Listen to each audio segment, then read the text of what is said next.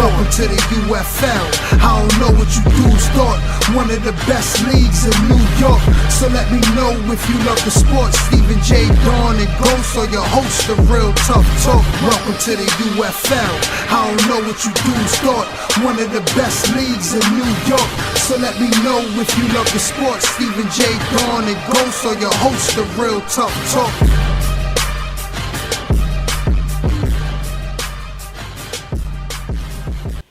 What's going on, people? We're here with Real Tough Talk. I'm your host with the most ghosts, and this is Stephen J. And I decided to give the intro this week because he's always been giving me such a bland intro, like I'm not here and I'm not important. So I had to come in and show that I can give a better intro, one with more energy, and one that y'all would rather see more. So what you got to say about that? That was highly terrible. Highly terrible. I don't know what he's on, but you can see he's on something. Because if you go back to the old shows, you never seen Ghost with this much energy. So, kids. Some people just get fed up. Just mundane, kids, you know? Kids. Give me my camera. Just say no. Okay? Just say no. You see what That's your happened? comeback? All of a sudden, he wants to take over. He wants to stick his chest out. And Pause that. Fix the he wants. If you remember how the show goes, it's Real Tough Talk with Stephen J. and Ghost. That's how it goes. It don't matter how it's how you say it's supposed to go. Right now, that's how it's going this week. Well, before we get into all this battle stuff like that, he's trying to be Kobe Bryant now. We're gonna give a shout out to our sponsors. Members Mark Purified Water. If you want to make a mark and be a top member, drink Members Mark. Listen, and I'm actually gonna get us sued by showing Canada Drop. See, listen. You know he don't got no endorsement deal from them. Listen, what do you got from them? You gonna get $1? Yo, stop! Everybody been telling you to cut it out. You don't have no endorsement deal. It's getting annoying already. You having some make-believe endorsement deal with these people. I haven't gotten no dollar from it yet anyway. So what's going on with that? And you know what we're gonna Listen. do? We're since we're battling, and you know we're seeing who's the man on the show and stuff like that. We're gonna put a friendly wager out, and we're gonna let all y'all people know. This is something for y'all to know. As y'all know, every year I help assist coach the Eastern Conference in the All-Star game. This year, Ghost is jumping on the coaching staff. He will be helping assist coach the Western All-Star. No. I'll be assisting coaching the winning team. Right. Say it the right way, because that's exactly what's going to happen. I don't know what he's on. I don't know where all this Manchismo, Razor Ramon stuff come from right now. You know what I mean? It back with At the end of the day, he is still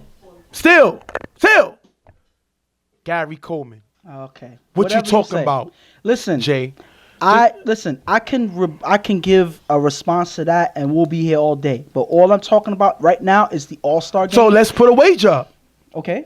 Since you trying to make a fool of me on the show, you know, the show that I practically built. That's why the shoulders got so big and strong.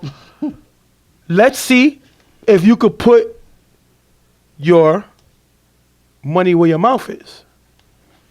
And let's say the All-Star game, the loser has to, since you got so much voice and energy, has to sing a karaoke song in front of everybody at 161 and perform.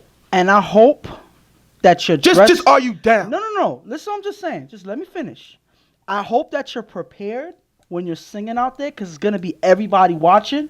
Because obviously, I'm just letting y'all know that their team's gonna lose. So it don't matter. The East has no chance. I'm sorry to all y'all guys that's playing on the East. You know I love y'all. Y'all my bros and everything. But when you put on that All-Star jersey, you are going on the field to lose. And that's exactly what's going to happen. And he is going to sing. So at least y'all get something out of it. Even though y'all go home with a loss, y'all get to enjoy him singing. So it's not a complete loss to the East. So you know what? I think they should be looking forward to that day. And just to let y'all West guys know, y'all lost last year when I stepped up coaching. One loss. It's going to be great to see Ghost out there singing up I'm the not storm. going to cut you off. I mean, I don't want to cut you off, but I just did. But remember one of your favorite phrases. A broken clock is right twice a day. Yep. So eventually a team is going to win one game. And that's exactly that happened. Y'all won one game, and that's it. That's what's going to happen. That's what's happened. And what else can you say? You're not going to win. It's over. Just go to the Real Tough Talk page on Facebook, or go to Jay Brown page on Facebook, and you'll see a list. You also can go to Ghost page, which is on Facebook. Just Michael Brown And on Facebook. Go to our pages. We're gonna have a list of the songs that was picked for us to sing. Y'all vote, and the winning vote, the song that votes, will be the song selected. If either one of us lose. Has to be performed. Stop saying either one, because it's gonna be you. Has to be performed at 161 in front of everybody. So we're gonna bring out some fun. It's gonna be, regardless of who have to sing, that's gonna be a lot of fun. Because at the end of the day, you know me, I don't care what people think. So, but I already know I'm not gonna lose, so I'm not worrying about it. So now that we got the fun stuff out the way, and if Ghost can remove the Canada Dry, all of a sudden he's promoting Canada Dry now.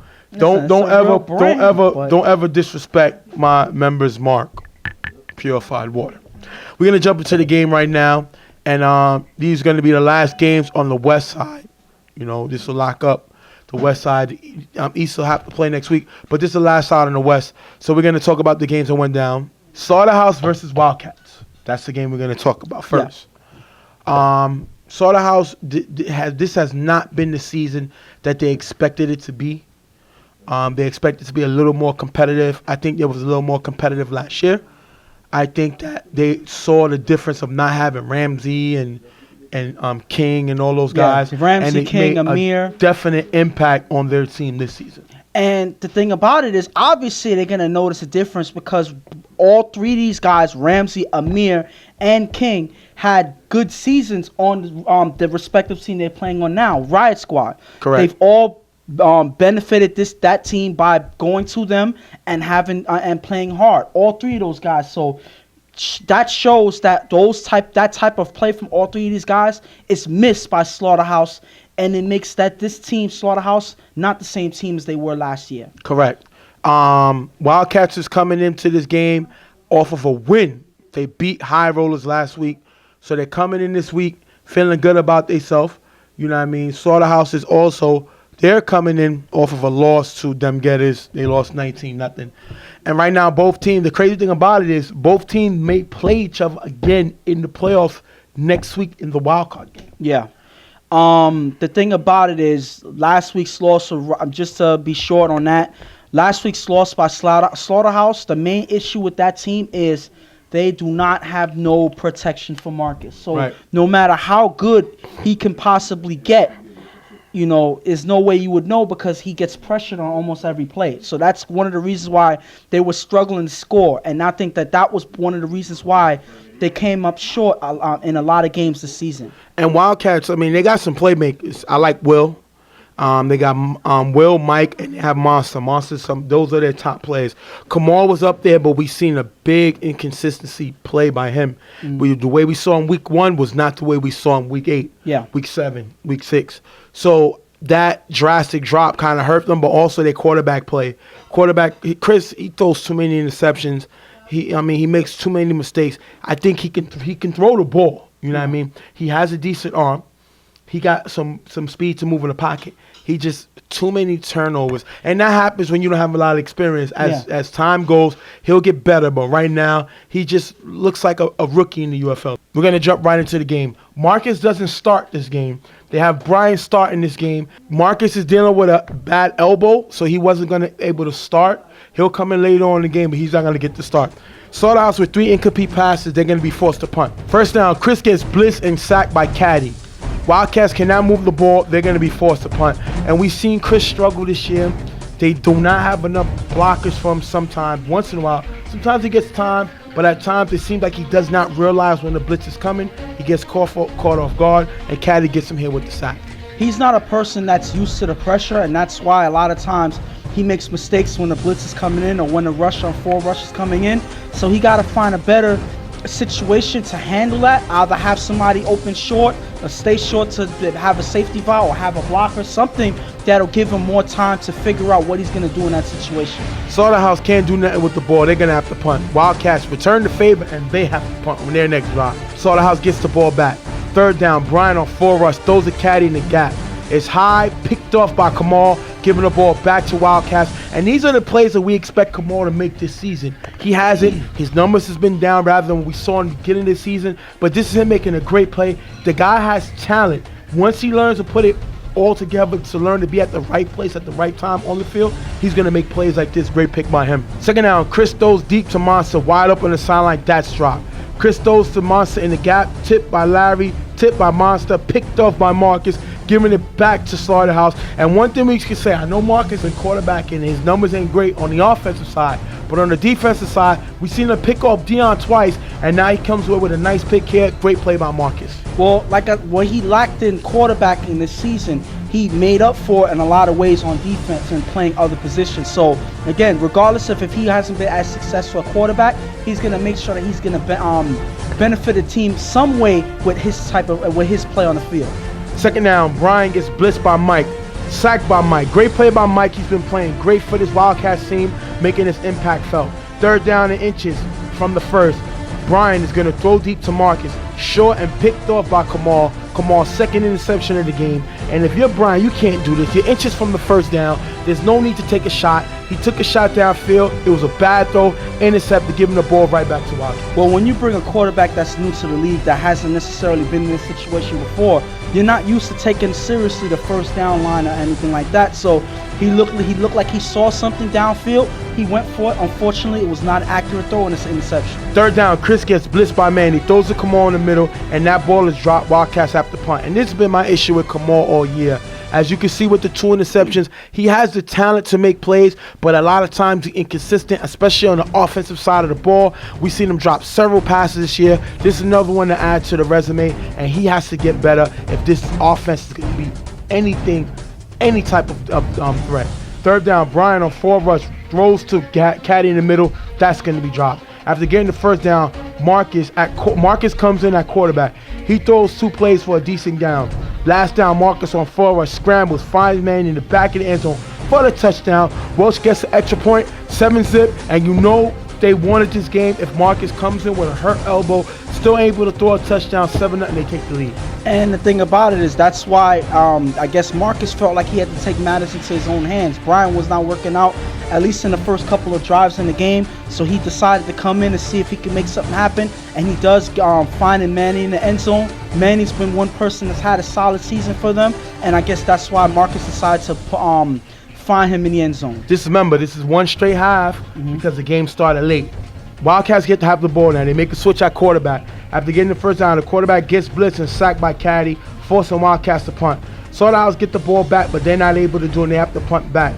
Wildcats last chance, last possession. After 2 short passes, Chris comes back to throw. He throws a Mike on the sidelines, tipped by Larry, picked off by Welch, giving the ball back to Slaughterhouse, ending the game 7-0. Slaughterhouse gets the win and ending Wildcats' regular season with a loss.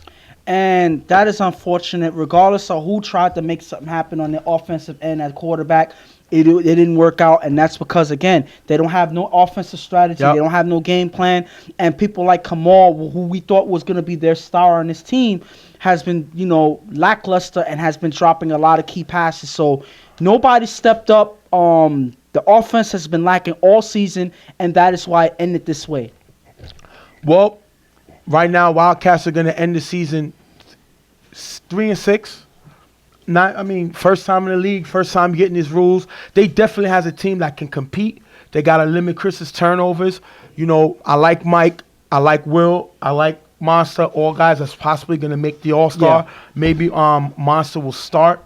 I think Mike will be a good reserve. Will should be a good reserve. But I think Monster's going to be one to start. We're going to have to see how the voting goes. But, once they finish they stop with the turnovers, they should be all right. They gave up 104 points this year. They only scored 49 points, which was second in the division. The only team that scored less than them was Slaughterhouse. So that's going to be an issue. The only team that gave up more points than them was High Rollers.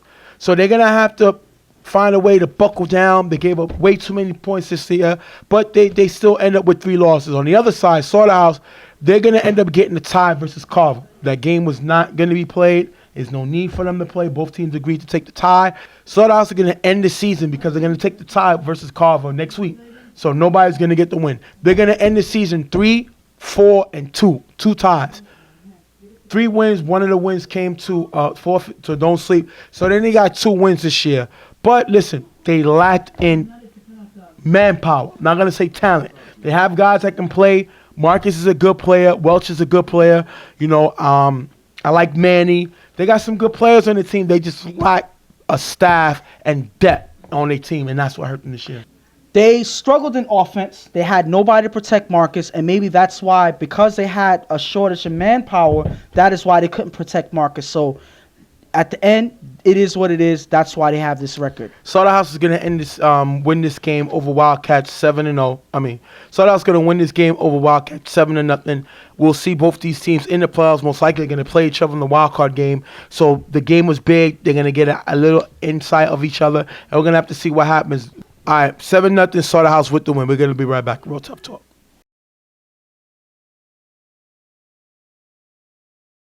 Next game up, Riot Squad versus Dutchmen. Riot Squad, this team was 5-0 in the regular season. Now they come in losing 3 games straight to go to 5-3. They gave Rep City their only loss this year so far, you know, and they completely turned around. They're not looking good now. They're looking like a team that is not focused, and I think it's because they lack in leadership. And this game, you have Pig serving a first-half suspension for kicking the cone last week. He was supposed to be suspended for the game. He, he went to the board and he appealed the ruling, and the ruling was found that he will only get 1 half. So he's going to be out 1 half, but that's a crucial half against a very good Dutchman team. Pig is the leader of this team. And first of all, he doesn't focus on the things that he should be focusing on. You know, I think a lot of his guys may come to him complaining about refs, so Pig takes that to the refs as far as his complaints. They beef about the team. He takes this to the team. I think he needs to focus on his in-house turmoil. Like, for instance, JP and Ramsey are not on the same page right now. I can say that as a fact. I have inside sources on that team that told me that they're not on the same page right now. JP's a possession receiver. Ramsey's going downfield. Well, JP's not a home run hitter. He's a guy that you're going to hit between the lines, in the gaps, make his yardage, and move the ball. He's a big receiver, but he doesn't have big speed, but he makes possessions. Well, Ramsey's a home run hitter. And that's a recipe for chaos. He's been going more to Lou, which is why Lou is playing on the MVP level, but he has not been going around to everybody else, and that's been the issue. And he has forced a lot of passes that he didn't force in the beginning of the season. He's forcing now, but I don't think that's their main problem. Their main problem is the lack of a pass rush. They cannot pressure the quarterback the way they did before King went out. Yeah. King was their pass rusher. He was the guy to bring not only pressure, he was the guy to bring energy, similar to what Smoke brought last year. Well, it's not questionable to see that because this player is not here. The team has lost 4 games in a row. Yeah. Similar to when they had Smoke. 3 in a row, remember? Well, they lost 3 in a row coming into this game. Similar to what Smoke did for them last year. I think that is a big card to their defense. Also, their secondary has struggled. They don't have Kobe this year. Mm-hmm. So I think their secondary has struggled. London has not been the impact player that we expected him to be. And they have been attacking London. Yes. So we have seen teams strategize to go after London, and he make mistakes this year. So I think the lack of him, Pig, going out and addressing the things this team need is the problem with this team. That's the issue, I believe. Speaking on the Dutchmen on the other side, this is a team that's pretty much played in the middle of the pack all season. Right. You know, they've had 1 good game, then they have 2 bad games. Correct. Then they have, back and forth. They're back and forth. Sometimes White is one of the main factors of the team. When he's not here, they don't play as well. They can't score. When he is here, sometimes he'll put up points and sometimes he'll make turnovers. So there's no consistency with this team, and that is the issue that they've been suffering from all season. And me, I like this Dutchman team, and if they can learn to be more consistent, like you said, I think that they can really be an impact team. I'm looking at stats and stuff like that. So, for instance, they beat the Browns 6-0. Mm-hmm. Great game. They beat YMM 13-7. So they've beaten teams, you know what I mean, that they had to beat. But then they tie versus Brotherhood. Okay. They ain't have a lot of guys, but a tie is a tie. Doesn't matter. We seen them lose 12-0 to Never Scared. We seen them lose 13-12 to Rep City. And that's one of the things that this team has been known for. Not to say that, their offense hasn't been the best, but their defense is one of the things that keeps them in every single game that they play. When their defense is playing like that, when you have Mikey, Isaiah, and Frank playing hard, and have everybody else play with them, then this team can battle with any team as long as their defense is in the game. We're going to jump right in the game. First down, White on first down, throws deep to Frank in the gap. Frank with the catch over Luggan for a big game, picking up the first down. Third down, White rolls left, finds Chris in the corner of the end zone for the touchdown. Job is going to get the extra point, 7-0, Dutchmen. And what I like, the main thing I want to jump on before you comment is they went after London with Frank. Frank is their best offensive player, and they went right at London with them, and he came up with a big game, picked up the first down, and then they're able to score a few plays later. I mean, Frank is pretty much one of their best players, period. He just came from last week having two picks against the Browns, one taken to the house. So he plays hard on both sides of the field. On offense here, he's not scared of London. He goes downfield with him. And White is not afraid to throw him the ball, and he catches it with London in the vicinity. That's one problem with London. He's not always aware of when the ball is thrown in his way at his area, and he's not able to make a play on that one. I think that's how they score. Third down, Ramsey on 4 rush, runs for a decent game, but Burrell gets called for a block in the back, bringing the ball back. The question is, was it a block in the back? What did you see? And I think that's close. It's hard to see where the guy's bunching up, but if you see here, I think you can see a little push in the back. That's what the ref saw, and I think that's why the flag was thrown. Last down, Ramsey on 4 rush, throws deep to Lou, who has a step on the defender, drop, turnover on downs. That is a big drop by Lou.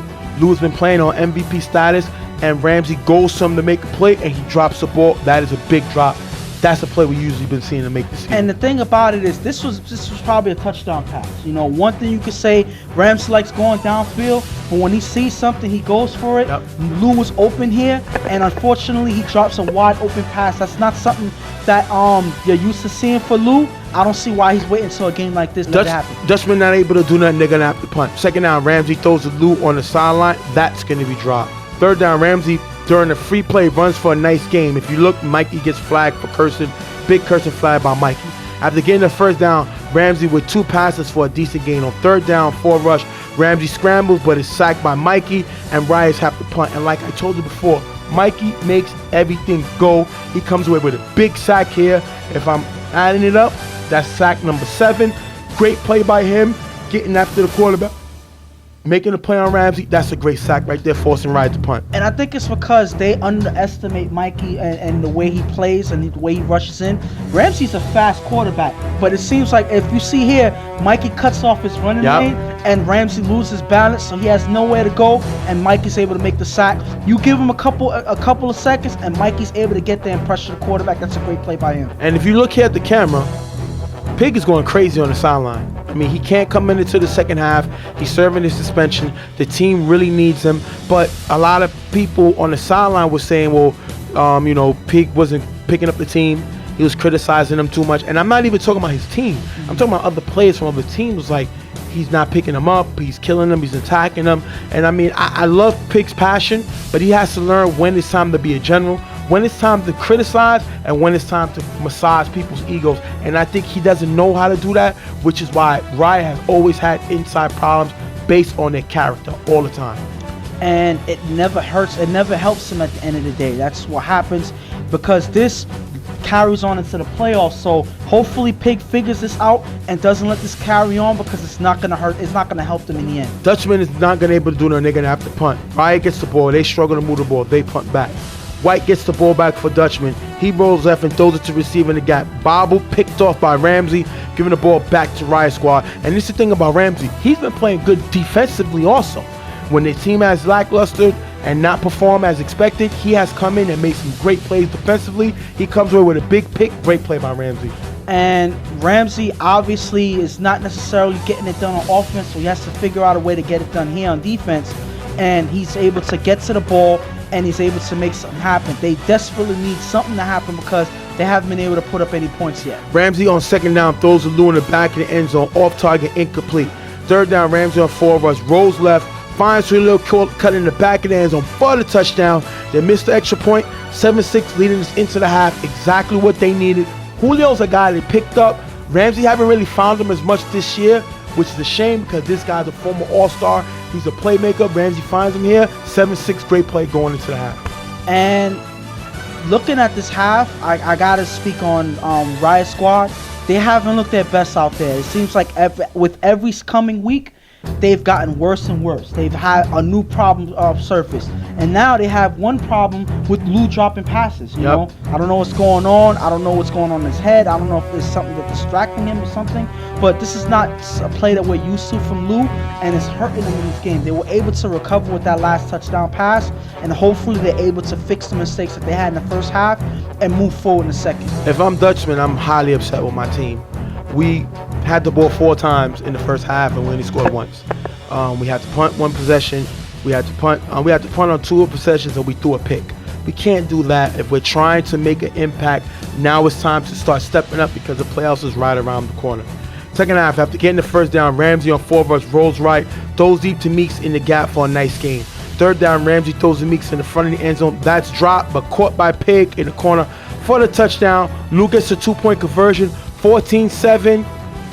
Riot comes back, and I love the fact that Pig just got back into the game second half and he's able to bail his team out with Meeks dropping the ball and him coming away with it for the touchdown. Great play by Pig. And that could have ended in disaster because that was a routine pass to Meeks. Meeks drops a pass. He's been showing that he's capable of dropping passes every now and then. But Pig is there at the right place at the right time. They're glad to have him back in this game. He's able to do something for their team and keep them in the game with that big touchdown there. First down, Weiss gets blitzed by Pig. Rolls left, throws deep to Frank on the sideline. Big game, picking up the first down. White on second down finds Chris in the corner of the end zone for the touchdown. 13-14. Dutchman back in the game, down by 1. And that was a big touchdown pass there. He finds Chris, but you see that he's going to Franklin in this drive here. Yeah, to move he's him using down. his playmakers, and then he finds Chris in the end zone. This is a strategy that they usually have during the season, and looks like it's working for them in this game, knowing that Riot Squad is not playing their best defense right now. Third down, Ramsey on 4 rush, scrambles and throws a deep pass to Pig. It's off target, short, almost picked off by Diego. Riot has to punt. On the punt, Ramsey curses, which is their second curse of the game. So that means Ramsey is ejected. He's ejected from the game with Riot Squad up 14-13. That is a big ejection. They gotta be in some trouble now. After 2 short plays, right now it's Dutchman's ball. After 2 short passes, White throws to Chris on the sideline. It's tipped by Lou, caught by Chris at the 1-yard line. Lou should have had that interception. He drops it. That's a big interception drop by Lou. You're gonna have 4th down. White rolls out. This is great defense by Rel. Rel chases him down. Riot just tries to throw it to somebody. Incomplete. Turnover. Giving the ball back to Riot with the ball, with time running out. Great put by Rel to put the pressure on White on 4th down. And this is a key play here. They obviously struggled with pass rushing in the last couple games, but Rel steps up as the ball giver and put pressure on White, forcing him to throw up a pass there. Incomplete. That is a big way to come through for your defense. Now they need Dutchmen to use their timeout, so they got the ball back. But remember, Ramsey's not in the game. So they put London in the game. I completely disagree with Pig. I think they should have put Julio in the game. He has thrown a few times for Generals in the past. Yeah. So we've seen him throw and been successful throwing. He's not a starter, but for a situation like this, I will give him the ball. Plus, he can run the ball. But Pig is a captain. He's a general. Let's see what he does. First down, London with a short completion to Julio. Second down, he goes downfield to Lele. Why would you go downfield? You have Ramsey jumping up and down the sideline saying, "What are you doing?" He throws the ball downfield, which is going to save Dutchmen a timeout because the ball is incomplete. Third down, London's going to get blitzed and sacked by Isaiah, and Dutchman uses another timeout, leaving them one, and Riot has to punt. That was a terrible offensive drive. Isaiah with a great sack, but at the end of the day, London should have never threw that pass on second down. And the most hilarious thing about it is now you see Ramsey on the sideline seeing what the other players go through when he makes a dumb decision on the field. So now that I guess he understands how it is on the sideline when you watch somebody else make a dumb move, maybe he'll start to think better than to make some of his decisions that he's made in the past. Mind you, 14-13, Riot is up. If Riot can win this game, they will lock up the number 2 seed. So they definitely have something to play for. After 2 decent plays, White gets towards like the 30-yard line. He rolls left with the pressure coming. He throws deep to Frank, who runs back to the front of the end zone with Lele on him. Frank is going to catch the ball, extend it in the end zone for the touchdown. Diego gets the 2-point conversion. 19-14, Dutchmen come away with a lead. And that is a great way to be aware in that type of situation, knowing that you need to enter touchdown. You're running to the front of the line here. You grasp the ball, and at the same time pushes the ball in front of the plane at the same time. A lot of players I can't say would be aware enough to do something like that. He's able to be aware, know where he's at, and push the ball over the plane for the touchdown. That should be a top 5 nominee because not only did he catch the ball, he was able to extend the ball all in one motion. If you look here, defender never gets the tag on him. He's still in the end zone, and he puts the ball there just to make sure it breaks the plane, giving them a 19-14 lead. That is a great play by him. Dutchman now. Riot still has a chance. Dutchmen go onside. Lou calls a fair catch, drops the ball, recovered by Frank and the Dutchman, ending the game 19-14. Dutchmen are able to come away with the win. And to think that the last play that Riot Squad had in their hands, it's Lou dropping an onside kick. I mean, this guy had a horrible game. I don't know where his head was in this game, but you would look at it like his play directly affected this game, and that's one of the reasons why they lost today. This game. Lou's defense, he did suffer a concussion. He realized early in the game, after an attempt to catch, I think after a 2-point conversion or something like that. I think he still played terrible from the beginning of the game. Yeah. But having that didn't help. Yeah. He couldn't even remember what happened at the second half of the game. So in his defense, I give him that. He still played terrible. I mean, and if you can't be out there, you shouldn't be out there. Yeah. He hurt his team with these plays. But I mean, you seen them go after London. Yeah. You seen Lele leave the corner open. You see Ramsey makes a big mistake on the punt, getting ejected. So this team practically handed the game over. And one of their weapons, JP, wasn't here today. Yes. I mean, I heard he went out of town, but could that be because him and Ramsey are clashing? I mean, now Pick has an issue because now they go from the number 2 seed to having to possibly play a wild card game. That is not a good look because you got to remember, if everything goes down the way it goes down, if they play a wild card game, they will have to play 2 games in a row. Yes. Now, the good thing about that, if they can win the wild card game, whoever they beat, if it goes their way, because they're not definitely a wild card team, it can happen based on what happens this week. They'll have to play the number 1 Rep City. But they did beat Rep City this year. But they beat them with King. Yes. So they have a lot of problems, and I think they painted their own disaster destiny with 4 losses in a row. And to add to that, yes, they did it with King. King had a touchdown and a sack in that game. Right. So I'm like, directly you see, his play would be needed in that game like that, and they don't have him. So I don't know if they're gonna play the same without him. So that's gonna be something that they have to look out for. And in terms of the Dutchmen, though, this was a huge game. Yep. They played hard. They stuck together. Even though they were down for a lot of the game, they still kept going. They kept fighting. Their defense, in my opinion, is what kept them in the game and gave the offense put the offense in striking distance to win it for them. And that's exactly what happened. Yeah, I mean, Isaiah had another sack. Mikey had another sack. I mean, listen, this team really balled out, so you definitely got to give them. And you heard Frank's part. name throughout all of this game. You know, every chance he got to do something on the field, he did. He made some defensive plays. You know, he had one touchdown. He played well as a receiver on offense. And Chris played very well today. Yes, finding openings in the gap, giving White a target in the end zone, and even making that big catch at the 1 yard line. Even though they weren't able to score, it still put things in their favor later on. That is the way to step up on offense when your defense is already playing hard, and that is how you win a game. So we're gonna end this game right now. Riot Squad losing to Dutchmen, 19-14. Dutchmen coming with a great win. We're gonna be right back. Real Tough Talk.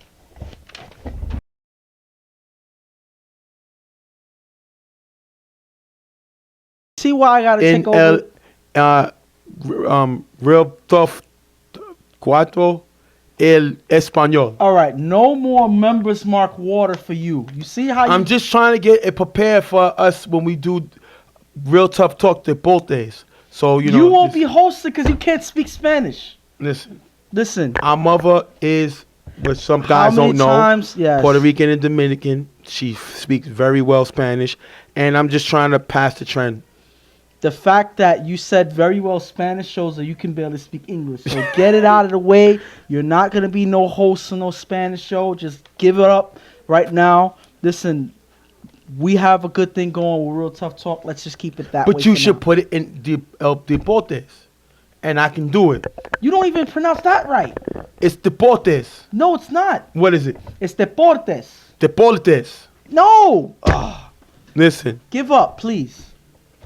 Número uno, super friends, el cuatro high rollers. Número uno is first things first, basically, is what I'm saying. Okay. It can happen. ESPN got the both days. Why can't Tough Talk happen? Anyway, super friends versus high rollers. Super friends versus high rollers. Super friends been playing great this year. They went out. They added Alex. You know, a lot of people said they did at Golden State. They had the best record last year. They lost in the Final Four. They couldn't win a championship. So they went out and got the best player available in Alex. So they said, like, Alex comes in like a Kevin Durant. They got rid of Red to get him. So you can't. They still within the rules. So it is what it is. I think what's going to hurt this team is they lost Kenny.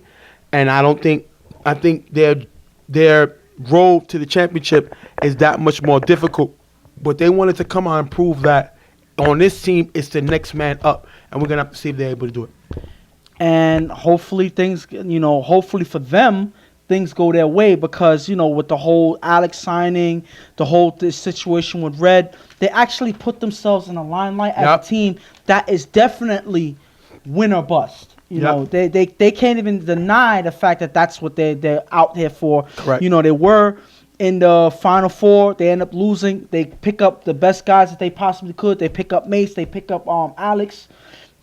So they pretty much have a target on their back now, knowing that they went this far to get a championship. So now they can't stop now. They can't let anything stop them. They have to win a championship. Otherwise, all of this is for naught. And high rollers, they started out great. They fell off. Nelson hasn't really been here. They went to the Stevie to throw. Stevie will be throwing this game, quarterback from the Lions. And I'm disappointed in the way the season went for them. They looked like a great team coming out the box. They were 5-0. Yes. And then all of a sudden, everything went downhill. And I think it was because of, the situation with Nelson. He had Wack, but once he went with Nelson, I figured that Wack would stop coming because Nelson's the starting quarterback. Nelson did not put in the effort of this league. The guy went to a championship last year with YMM, and I think he didn't have the same passion to play for high rollers that he had for YMM last year. One of the greatest quarterbacks ever to play in UFL. Definitely has a lot of talent, but I don't think he had the heart this season playing with high rollers. And I think he put Los in a difficult position, and because of that, I think it cost him more guys showing up for the game. And I don't know why. It could be certain things like, the fact that he had pressure put on him, that he had to lead this team as far as he had led YMM into the championship. He had to prove that he could do it on another team. So that's pressure enough. Certain times when they played bad, like when they played against Carver and they ended up going away with a loss, he took pressure from that. And I guess it may have been too much for him. I don't know. He's not here to speak for himself. So only he can answer that question. But it's unfortunate for them, the high rollers, that they have to finish the season without him and pretty much have their season flip upside down because of all of the changes on their team. What I'm really disappointed in them is because Rico and them said that the professor, a.k.a. Corey, is better than him. And I said I think Nelson's a better quarterback.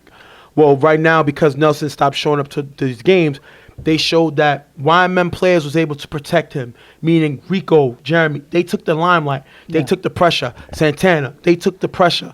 Any criticism that was given to the team, they took under their wing. With Nelson going to high rollers, he's more standing in front of the limelight. He's more responsible for everything. He was responsible for everything with YMM, but you still have playmakers like Rico, Jeremy that welcome in that spotlight, welcome in the challenge of proving everything against all odds. Well, Nelson going to high rollers is the complete opposite. He's on his own. He don't have a guy on that team like Rico or Jeremy to sit down and say, we'll do this together. You got to Mestre. Mestre won championships already. Yeah. So he's not coming and saying, I'm here to back you up to prove that we got to win, because he's won. Yeah. So I think that really hurt him on his growth. And I think him not showing up proved that this wasn't a good team for him, and he found a reason, whatever it was, not to show up. I never criticized the kid's talent. He has great talent, should be one of the top talented quarterbacks in UFL. I challenge his heart and his effort. And he's proven that Rico made the right call by going with Corey and not going with Nelson. We're going to jump right into the game. Third down, Dion throws to Alex in the gap for a decent game. Last down, Dion gets blitzed, scrambles and fires B-Roy in the middle of the end zone for the touchdown. 6-0, Super Friends take the lead. B-Roy has stepped up for the challenge this year. He's been an offensive weapon. He's been a guy that they look for. He's been a guy that they went after. And offensively, he's been playing great this year. He's had a lot of criticizers saying that he's not on the same level as other guys on the team. I think that you were one of his criticizers. So because of that, it fueled his play. Yep. It made him improve and play harder. I agree. He was able to come down with a lot of passes this year. He's shown that he is one of the best receivers playing in this league right now. And that is why he's been playing so well. That is why Dion has been going to him pretty much all season. First down, Stevie on 4 rush, gets sacked by AB. Next down, Stevie on 3rd down, throws it to Rubio on the sideline, knocked away by B-Roy. High rollers have to punt. First of all, that's a great sack by AB. We seen him kind of fall off. He started off hot, kind of fell off. The guy's been playing great, doing what he got to do, come away with a sack here. B-Roy makes a great play defensively and forces high rollers to punt. And that's pretty much what I expect Super Friends to do. The high rollers are in disarray on offense. They don't have any momentum going, and Super Friends is taking the advantage, locking up on defense, and preventing anything good from happening with the high rollers' offense. Second down, Dion throws deep to Prince Mo, opening the end zone for the touchdown. If you look here, Ed gets caught in the in-out route. Alex gets a 2-point conversion. 14-0, Super Friends with the lead, a further lead. And right now, Super Friends is taking whatever high rollers is giving them. And like I said before in another game, that's 2 touchdowns that they've given them already. Super Friends is not looking to get stopped by this high rollers team. They don't have nobody that can lock up with these guys, and that is why they're getting easy touchdowns so far. First down, Stevie gets sacked by AB. Great play by AB for the sack. Stevie on 2nd down throws deep to Mestre, wide open in the sideline, who runs all the way to the 3-yard line. Next play, Stevie finds Ed in the corner of the end zone for the touchdown, putting them back into the game, 14-6. And this is a great play by Mestre, getting open on the sideline, and Ed getting open on the corner. These guys have been here every week. They've given this high roller team whatever they had, and if they had more manpower, this team would have been more dangerous. Unfortunately, they don't, but it's 14-6. Great play by them 2 guys. Stevie finding Ed in the corner for the touchdown. And regardless of what's going on with their team, these guys are still fighting, and Stevie's able to find the ball, get the ball to them. As long as these guys stay fighting, I wouldn't give up on them too much yet. But they have to find a way to stop Super Friends at least one drive in order to have the momentum to get back into the game. Second down, Dion throws a goal on the sideline for a nice gain. Last down, Dion finds Prince Mo in the back of the end zone for the touchdown, putting them further up 20-6. Super Friends are rolling over them. And high rollers just don't have enough weapons to stop this offense. Once you already got B-Roy involved, but now you're getting back the reigning offensive player of the year involved. Now you got a problem. I think B-Roy should be up there for another offensive player of the year this year. And it's amazing how you have Prince Mo last year up there, and now you're going to have B-Roy up there this year. These guys, one thing they know how to do is score points. Great play by Prince Mo there. After getting the first down, Stevie is sacked again by AB. AB's third sack of the day. AB is on fire today. High Rollers are going to have to punt. During the punt, Prince Mo is going to pitch it to Chris on the sideline. Chris cuts into the gap, runs all the way into the end zone for the touchdown, giving them a further lead. They're going to get the 2-point conversion. That's going to make it 28-6 Super Friends. And that play just shows the lack of manpower on the High Roller side. They're pretty much dead on arrival. They have no way of stopping Super Friends, especially on a return like that, where Chris is able to, with a couple blocks, find the gap and run all the way to the end zone untouched. That just shows that whatever they're going to do is going to happen, knowing that Riot's High Rollers cannot stop them. And we're going to show the extra point. 2 points. We don't usually show it unless something happens. Yeah. You're going to look here, see Dion throw the ball up. Alex goes upstairs, catches the ball for the 2-point conversion, 28-6. And I got to say it, he did it. So I got to tell you guys, you got Moss. That is a great play by Alex. This is why they picked him up, goes upstairs, and makes the great catch. And if you look, it's pretty much on everybody. How can you Moss a whole team? And I just got to point this out. There has been more You Got Moss plays from the Super Friends than any other team. Well, come on, the guys are like 6'4" and 6'3". But that's the thing. When you have 4 or 5 guys on the team that can Moss you at any given time, you have Prince Mo, you have Kenny, you have B-Roy, you have Alex now.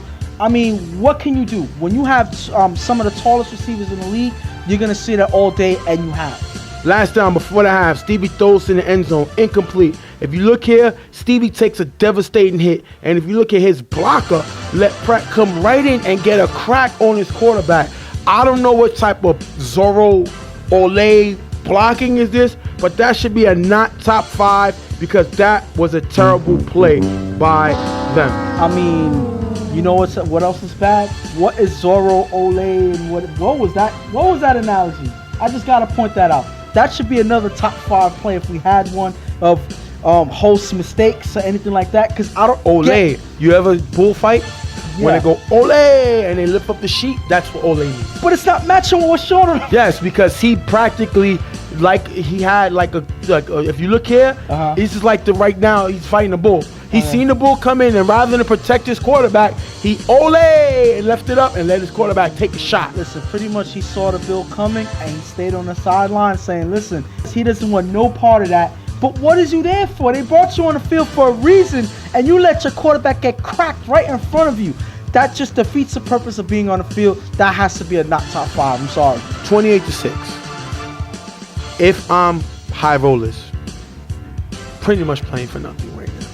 We don't have enough guys. We're playing a team that went to the Final Four, a team that was undefeated last year until the playoffs. We're in trouble. We didn't come out with our game today. So, you know, you surrender and live to fight another day.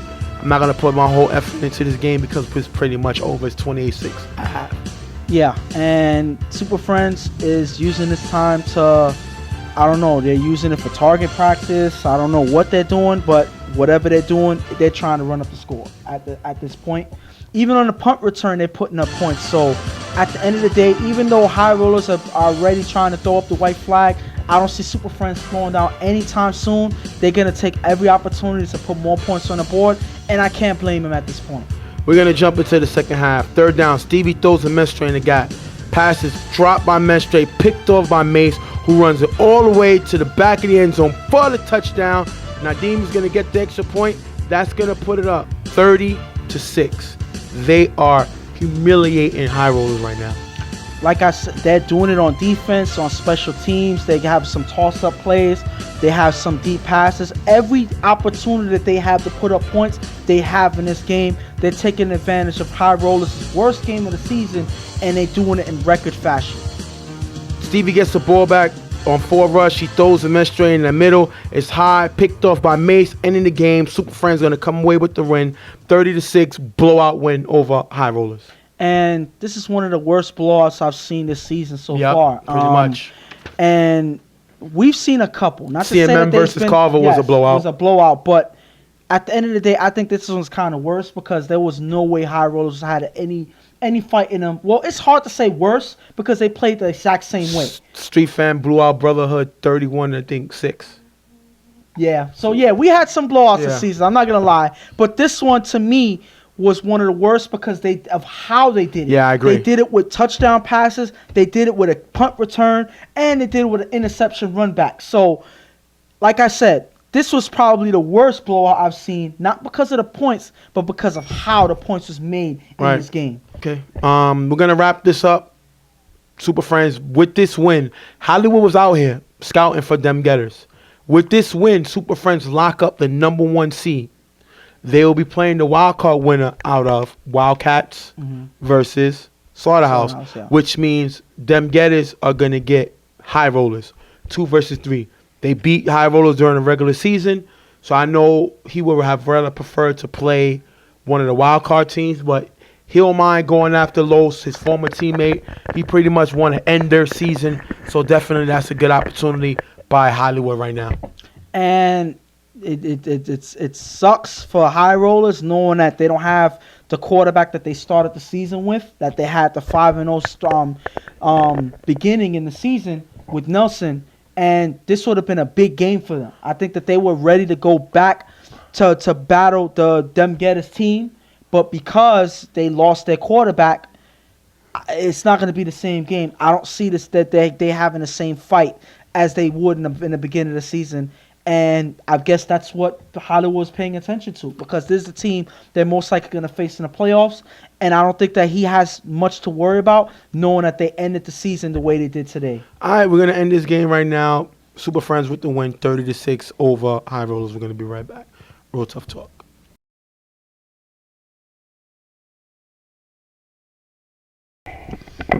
Next game up is going to be main event versus Carver Mobb.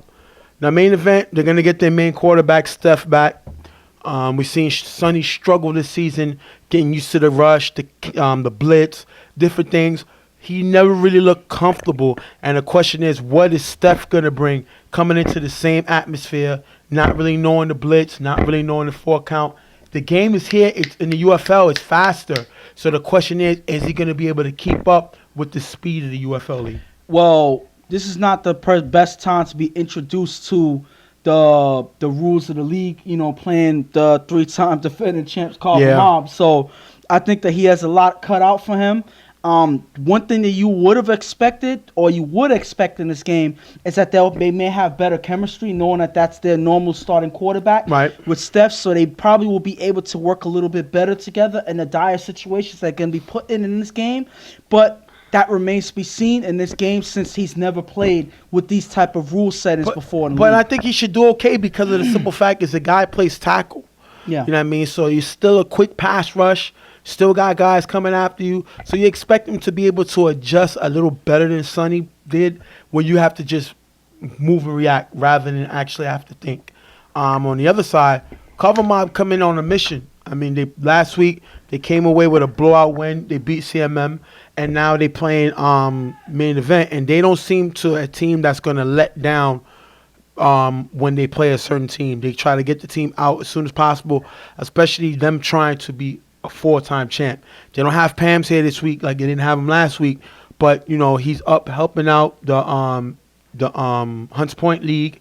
Much shout to Maine and them guys. Much success for them. But he's up there helping that league out, feeling that his guys have enough experience to control their tempo of this game, knowing that it's just business as usual for this Carver Mobb team. And I guess knowing that the team that they're playing, I guess that he figured that he could trust Chuck and the guys to handle this game. Obviously they're going to take every game seriously, but I think that he felt like he didn't have to be there to actually guide them through the game, knowing that Chuck and the guys that's there can handle it. All right, we're going to jump right into the game. Second down, Steph on 4 rush, throws to the receiver on the sideline, picked off by Happy, giving the ball back to Carver, giving the ball to Carver Mobb, and they start right off. Happy's playing defense. He's usually a ball giver. They got him playing in the secondary, and one thing Happy is known, he won numerous awards in the UFL league, in the BQF, and the BFL league, so he knows about this thing, and he's not a stranger of making plays in this type of atmosphere. Great play by him. And to have, I think that's a good setup to have Happy in the secondary, at least in the linebacker position, and have Mijo, who's a taller ball giver, put not pressure as fast. on Steph. Not as fast, but because of his wingspan, he could get into Steph's eyes. And I think that's one of the things that may factor in when you have Happy dropping into the secondary. I guess it works out for the best because it leads to a pick by Happy. It's just crazy to see Mijo leave YMM and go back home to Carver Mobb. You figure he'll come back with YMM because they want to the chip, but I guess he figured he had a better opportunity with Carver. After getting the first down, Chuck throws an Angel on the sideline for a nice gain. 3rd and goal, Chuck finds Joey in the front of the end zone for the touchdown. Angel gets the extra point, 7-0, Carver with the early lead. And as soon as they get the ball, they have the opportunity to score, they do just that with Chuck driving down the field. Normally the way that they play, this is Carver Mobb football, take chunks down the field. Main event is given a little too much for Carver Mobb. They take advantage and they're able to get their first score here. Steph with 2 short runs for a decent gain. Main event can't get any further, they're first to punt. First down, Chuck throws the Angel cutting on the side for a nice gain. After getting the first down, Chuck with 2 nice passes for a good gain. 3rd and goal, Chuck finds Joey in the back of the end zone for the touchdown. If you look here, John falls, leaving him wide open. Angel gets the extra point again. 14-0 Carver, Joey's 2nd touchdown of the game. As you see there, John is defending Joey, dropping back. But as soon as he drops back, he falls back. And he falls to the ground, leaving the opening for Joey to get the pass there, and Chuck not hesitating at all. You make a mistake, and Chuck will punish you, and that's exactly what happens for this 2nd touchdown. After getting the first down, Steph throws deep to Jeff, who's left wide open in the gap for the touchdown. Ralphie gets the extra point, 14-7, and main event jumps right back into the game. And this is a great pass by Steph, seeing Jeff open downfield. He's left open. It looks like one of the safeties lets him go and then tries to catch up to him. Afterwards, it's too late. Steph sees this and he takes that pass right away. That is a great way to respond right back. Chuck gets the ball back. 4 passes for a big gain, picking up the first down. But Cable Guy gets flagged for cursing. This is something we never seen him do. Is it because Pam's not here? Cable gets a cursing call. We've never really seen this team known for cursing. Big cursing call from them, moving them back. Third down at the 15-yard line. Chuck throws to Daniel on the sideline, incomplete. Little Ralph rushed in early, giving them a free play on the down. On a replay of 3rd down on 4 rush, Chuck finds Angel cutting in the back of the end zone for the touchdown, taking us into the half. 20-7, Carver with the lead. And they managed to score before the half, knowing that they get the ball back in the second half. So this is not a good look for main event. Even though they were able to put points on the board with that last touchdown, they were supposed to stop Carver here and they couldn't. And this does not bode well going into the second half, knowing that they have to go back on defense again. If I'm Carver, I'm doing exactly what I need to do. You know, I'm having a good time, winning and scoring points, moving guys around, giving guys different burn that they wouldn't usually get. It's great when you can have your reserves some playing time. You know, it's no disrespect to the other team, but listen, we're going to do what we got to do, and we're the 3-time champs. We don't have Pam's here to police us, so we're going to have a little fun while we win. And right here, I got to speak on main event's defense. I think that's what's really killing them in this game. At certain times, they have a 1 safety scheme with 2 linebackers dropping back. And other times you have certain guys playing zone, certain guys playing man. That is not a defense that you play. Pretty much that's no structured defense. And Chuck is picking them apart right here. All in the first half. They scored 3 times. And that is because their defense has no specific style. They're not on the same page, and that's what's leaving them open. After getting the first down, Drew throws a Cable in the gap. The pass is short, picked up by Cuba, giving the ball back to main event. That's a great play by them. Listen, it's not Chuck, but Drew's still a good quarterback. He's won chips in LES. Great pick by them. Main event is able to take advantage when they get a chance. Even though, like you said, Drew is still a good quarterback, Obviously, he makes a mistake here throwing it downfield. This is an off-target throw, and I think that this receiver here was covered. There was not a reason to force that throw there. He does, and Cube was able to make a play on it. First down, Steph on 4 rush gets sacked by Mijo. Third down, Steph gets blitzed by Joey. Those who receive in the middle, picked off by Happy, giving the ball back to Carver, and that's Happy's second pick of the day. Like I said, he's not a stranger to making big plays in his career. Comes away with a big play here. And Happy's looking, I'm not going to say, should I say that he's starting to feel, at least he's showing a little glimmer of his old self playing defense, cutting to the ball and making big plays here. He's able to show the little bit of he's able to show a little bit of the skill that he had in the past. Obviously, he's moved to ball giver and he's been playing well there, but he shows that he can still make some plays in secondary with the 2 interceptions he have in this game. And Joey, I think it came from Joey's pressure. He's a great blitzer, comes in with the pressure. Steph wasn't prepared and he makes a bad throw and it gets picked off. Second down, Drew on 4 rush, throws short of Happy, who runs for a decent gain. Last down, Drew and Chuck pitches it back and forth. Drew throws a Joe in the front of the end zone. Low incomplete, turnover on downs. Carver's still cutting the clock to try to end this game early.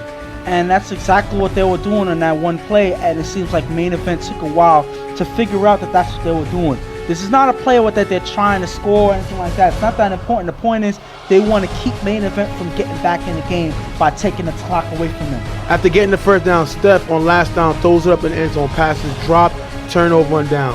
Carver get the ball back. Drew on 4 rush, throws to Joey in the gap, who makes a nice catch for the first down. But let's look at the whole play. This is Chuck, former Offensive Player of the Year of the UFL, former championship MVP, blocking. And he better keep his day job, because if you look here, he let Buto go right by him. That gotta be a not top 5. That is a James Harden defense. And Chuck playing offensive blocking, terrible block by Chuck. But if I'm no right, there's no way Pams have been happy with Chuck trying to pick up the block and getting hurt or anything like that. But that's still got to be a not top 5 play. One of the worst blocking schemes I've ever seen.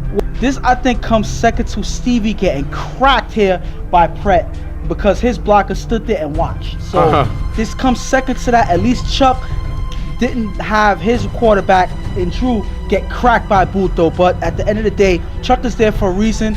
Obviously, it wasn't the block because he lets him go right by. Next 3 passes are incomplete. Carver's going to have to punt. Steph with 5 passes for a nice game, picking up the first down. 4th down at the 4-yard line. Steph rolls right, throws a Jeff in the back of the end zone. Incomplete. Turnover and downs. End of the game. Carver comes away with the win, 20-7. And this was pretty much a fully controlled game by Carver Mobb from the beginning to the end. It's not as close as the score makes it seem. Regardless of Main Event able to put up 7 points, it didn't matter because Carver had full control of this game. The defense was getting destroyed by Carver, and afterwards when Carver had the position to win, all they did was kill the clock. So Main Event has to play better defense. They have to have a better scheme. They have to have better strategy, and everybody got to be on the same page. If not, games like this is going to happen, and they're going to be sent home early in the playoffs. I think Main Event has an issue because they need to score points. Their defense is decent. They had an interception. You know, they made a stop. They cannot score. And I don't care if they brought Steph, they brought Sonny. Their quarterbacks has not putting them in position to win games. And that's been the issue.